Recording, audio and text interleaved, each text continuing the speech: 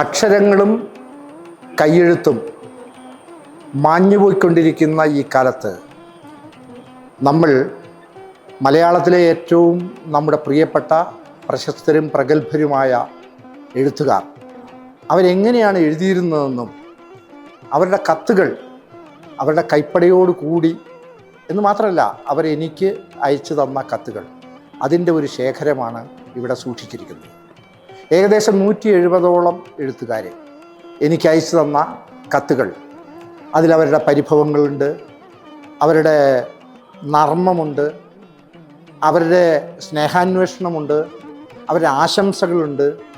ഇപ്പോൾ എൻ്റെ വിവാഹത്തിന് ആശംസ അന്നത്തെ മുഖ്യമന്ത്രിയായിരുന്ന സി അച്യുതമേനോൻ ഉൾപ്പെടെ പി ഭാസ്കരൻ ഉൾപ്പെടെ ഉള്ളവർ അയച്ചു തന്ന എസ് കെ പൊറ്റക്കാട് ഇവരൊക്കെ അയച്ചു തന്ന ആശംസാ കത്തുകൾ ഇതെല്ലാം ഈ പുസ്തകത്തിലുണ്ട്.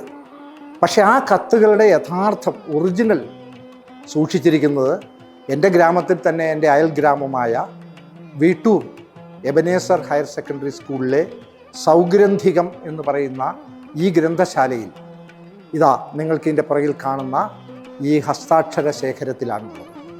വരും തലമുറകൾക്ക് എന്നെങ്കിലും ഒരിക്കൽ ഒരാൾക്ക് എങ്ങനെയായിരുന്നു തകഴിയുടെ കയ്യക്ഷരം, എങ്ങനെയായിരുന്നു ഒ വി വിജയൻ്റെ കയ്യക്ഷരം എന്ന് നേരിട്ട് കാണാൻ, അല്ലെങ്കിൽ എം ടിയുടെ കയ്യെഴുത്ത് എങ്ങനെയിരുന്നു എന്ന് കാണാൻ ആഗ്രഹിക്കുമ്പോൾ അവർക്ക് ഈ ലൈബ്രറിയിലേക്ക് വരാം, അവർക്കിത് കാണാം, അവർക്ക് ഗവേഷണത്തിനോ അന്വേഷണത്തിനോ ഇതിടയാകട്ടെ എന്നാണ് എൻ്റെ പ്രത്യാശ.